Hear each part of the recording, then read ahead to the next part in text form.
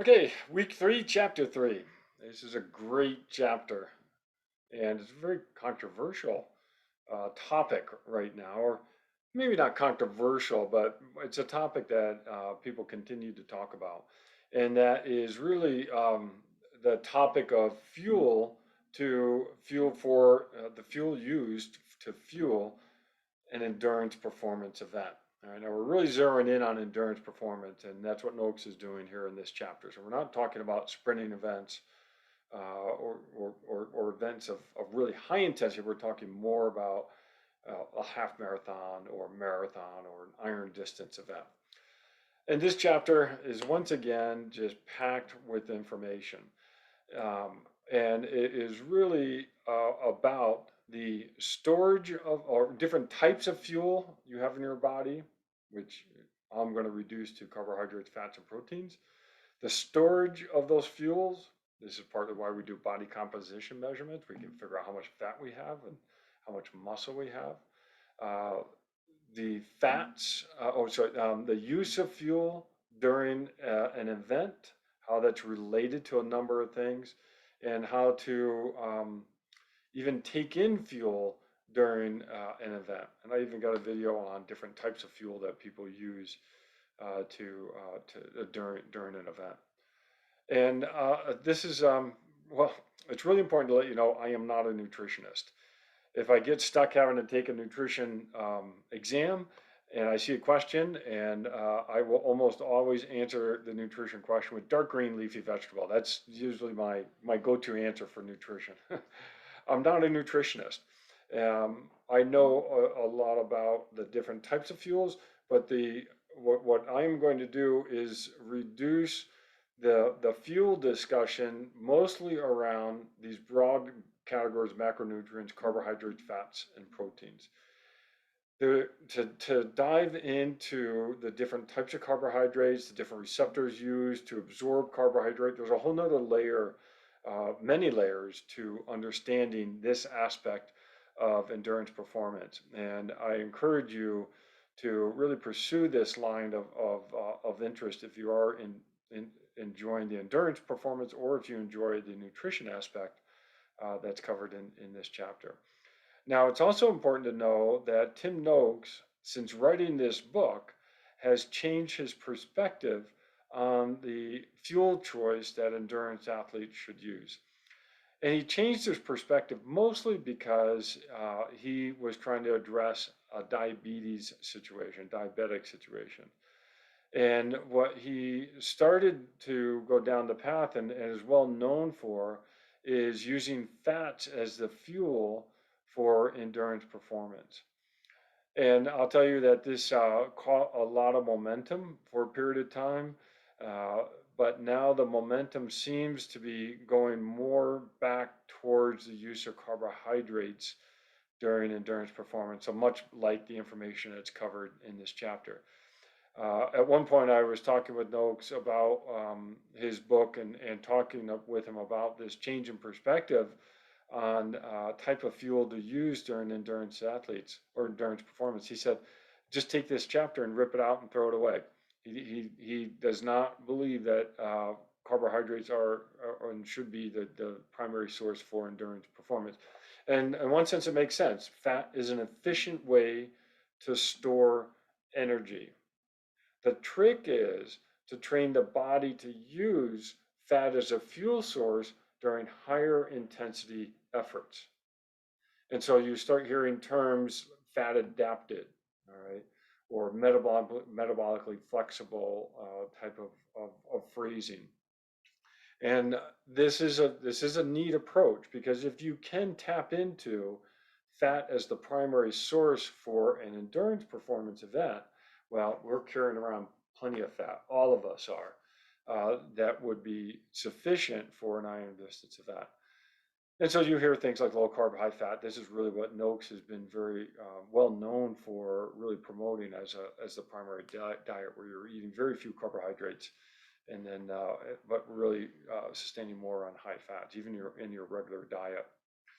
So there's a lot of unknowns, And there's a lot of different types of diets people are using. I know athletes, there's anecdotal information. I know athletes who are very successful on a low carb, high fat diet in the endurance world. I know athletes that are on the other end of the spectrum where they're very high in carbohydrate and very successful.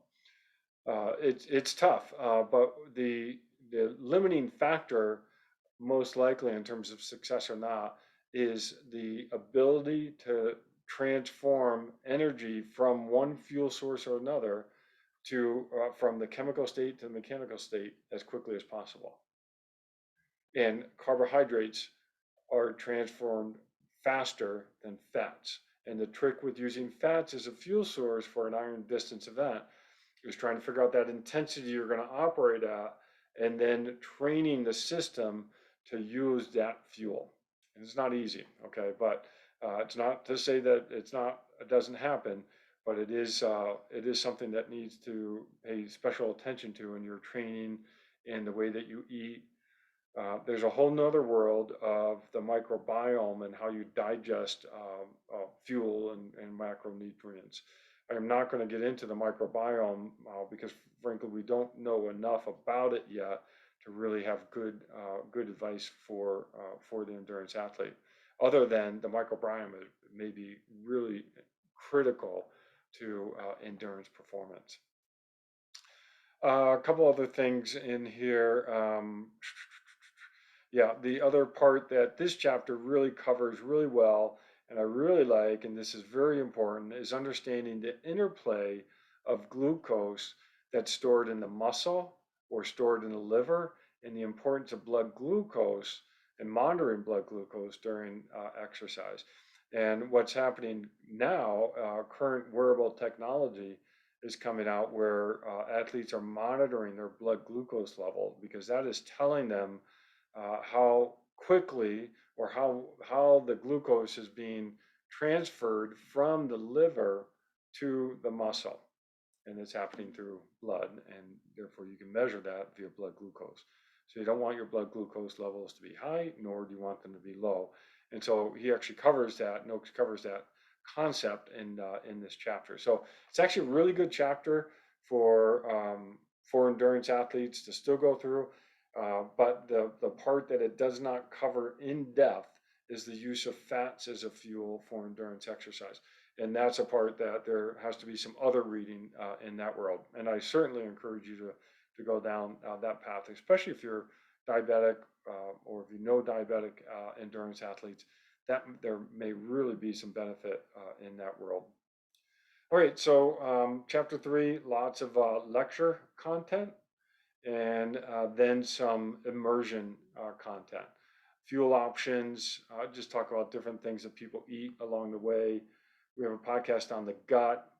I show the Ironman collapse, the classic crawl of people collapsing at the end of an iron distance event. I go through Training Peaks. Training Peaks is a software that endurance athletes use and coaches use to work with their endurance athletes remotely. It's really a powerful program that has a lot of information. Have nothing to do with Training Peaks. There's a free version, and if you want to explore it, I would say explore the free version. There's a paid version that has other features, but for the most part, the beginning endurance athlete really just needs the free version. It's in essence an electronic training log, but it also does some prediction and tries to quantify your training load. And so it's really a powerful program. So Ted Gerard and I go through that. Talk with James Johnston, who runs and operates a shoe store, running shoe store, and he's a very big innovator in the shoe industry. And then some coaching, talking with some professional triathletes in that world. Talk about core temperature because we're going to transition into chapter 4 next week, where we're getting more into core temperature work. Okay. Oh, and semester project. You've got your assignments here for semester project, which will be 8, 9, and 10. And we're, again, just building the content for your semester project this week. And we're trying to dive into the scientific literature related to your question. And so this Oh, this should be physiological terms. Sorry, I'll update that. This is where you're going to start identifying um, your papers that you could potentially use in your presentation. All right, so that's where we're headed this week. Okay, I think that's it for this week. Enjoy, and again, I'll have the Zoom rooms, or excuse me, the WebEx rooms that are scheduled for the week. And if you want to pop in, great. Or set up a one-on-one meeting with me using the Calendly link that is in the semester syllabus. Okay, thanks everybody.